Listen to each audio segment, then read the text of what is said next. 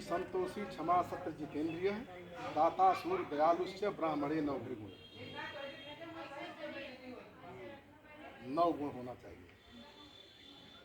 जिसके अंदर ये 9 गुण हो जाएगा वो ब्रह्म को देखेगा, वो ब्रह्म के मार्ग पर आ जाएगा।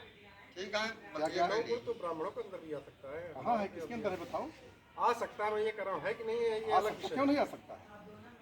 वो सीधे लिखन प्रांत में है। तो नहीं हो सकता है ना कि केवल महाब्राह्मणों के अंदर ही आ सकता है। वही मैं कह रहा हूँ, जो इसके अंदर आएगा वो जो इसका पात्र होगा। ऋजु तपस्वी संतोषी क्षमा सत्य जितेंद्रिय दाता सूर दयालुश्च। सूर शब्द भी है, दाता सूर दयालुश्च ब्राह्मणे नवभृगुण। मतलब रोटी पूरा बना दी। प्लेट ले लो ना, छोटा छोटा प्लेट में निकाल दो। अगर पता था दोनों आदमी यहाँ ब्राह्मणे नवभृगुण। दिक्कत ही है। हमारे अब इतना पैसा है नहीं, कोई आदमी और भेज हमसे आपसे युद्ध होने का कोई प्रश्न नहीं है। पैसा वहाँ पर भगवान राम जी को ताला है, बहुत बड़ा वहाँ पर दिमाग का काम हुआ। अगर परशुराम राम में अगर युद्ध होता तो क्या होता? पृथ्वी नष्ट हो जाता। आदमी निजाम में रहा। लेकिन उन्होंने कहा कि महाराज हमसे आपसे युद्ध करने का कोई प्रश्न नहीं है, लेकिन ये भी है कि अगर कोई काल भी अगर हमको ललकारता है हमारे कुल को, हम काल से भी लड़ते हैं। अब ऐसी भाषा जब सुने परशुराम तो कहे कि आपसे हमसे युद्ध करने का कोई प्रश्न ही नहीं उठता। आपके अंदर 9 गुण है, 9 गुण परम पुनीत तुम्हारे, और नाथ 1 गुण धनुष हमारे। हमारे पास केवल 1 धनुष है, युद्ध सूर्य।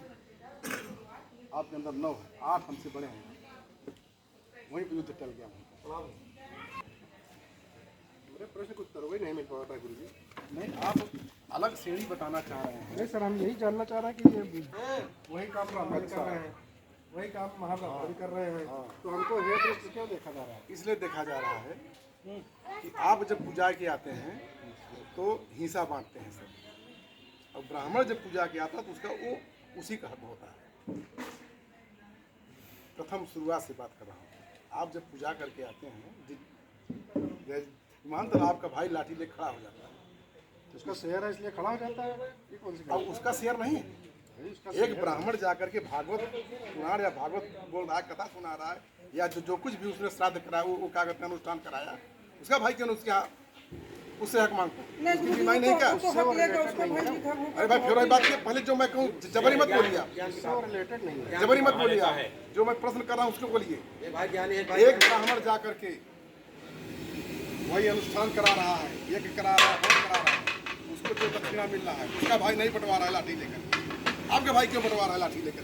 अब कुछ नहीं कर रहा, सोच रहा हूँ शेयर है बंटवा रहा है। अरे शेयर क्या होता है? वो जा भी नहीं रहा वहाँ पर, वो जजमान के यहाँ जा भी नहीं रहा, देखिए मंत्र नहीं बोल रहा है, लेकिन अगर लेके आप आए अरे आपको बांटना है, क्यों बांट रहे हैं आप? क्या शेयर है उसका भाई? क्या शेयर है? क्या किया उसने? शेयर का मतलब क्या होता है? बराबरी काम करना। पूर्वजों की संपत्ति। शेयर का मतलब होता है, इंग्लिश शब्द का शेयर का मतलब होता है बराबर हिस्सा। हिस्सा होता है ना शेयर का, तो बराबर काम होता है ना। नो वर्क नो हिस्सा। आप अगर कोई वर्क नहीं किया तो क्या हिस्सा आपका भाई? ये पैतृक संपत्ति है क्या है कि कोई लिख दिया गया इसको? क्या पैतृक बताओ?